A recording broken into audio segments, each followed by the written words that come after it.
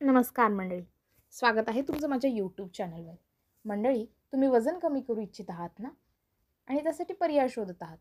तर आज मी तुम्हाला दाखवणार आहे 5 सोपे आणि पारंपरिक महाराष्ट्रीयन पदार्थ जे 500 कॅलरीजच्या आत असूनही स्वादिष्ट आणि पौष्टिक आहेत.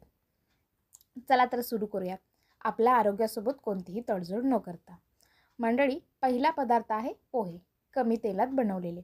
कडधान्यांमध्ये समृद्ध असलेले पोहे जेव्हा आपण कमी तेलात आणि भरपूर भाज्यांसोबत बनवतो तेव्हा ते चांगले फायबर आणि कार्बोहायड्रेट्स देते. मंडळी, एका मीडियम प्लेट पोह्यात 350 ते 400 कॅलरीज असतात आणि हे पोहे पचनास देखील मदत करणारे आहे. दुसरा पदार्थ आहे थालीपीठ, सांडगी भाज्यांपासून बनवलेले.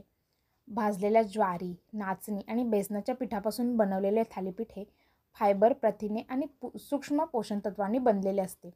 एक मध्यम थालीपीठात सुमारे 250 ते 300 कॅलरीज असतात. आणि हो मंडळी, लक्षात ठेवा, जर हे कमी तेलात भाजले तर.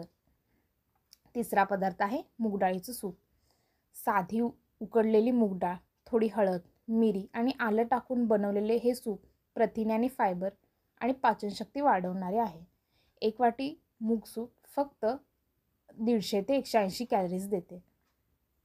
आता चौथा पदार्थ आहे भाकरी आणि भाजलेली भाजी. ज्वारी किंवा नाचणीच्या भाकरीत फायबर जास्त आहे आणि त्यासोबत जर तुम्ही ताज्या भाज्यांची कोरडी भाजी खाल्ली तर ते पोटभर आहार ठरते. एक ज्वारीची भाकरी आणि एक वाटी भाजी मिळून साधारणतः 450 ते 500 कॅलरीज भेटतात. आपला शेवटचा पदार्थ आहे दही भात, कमी प्रमाणात.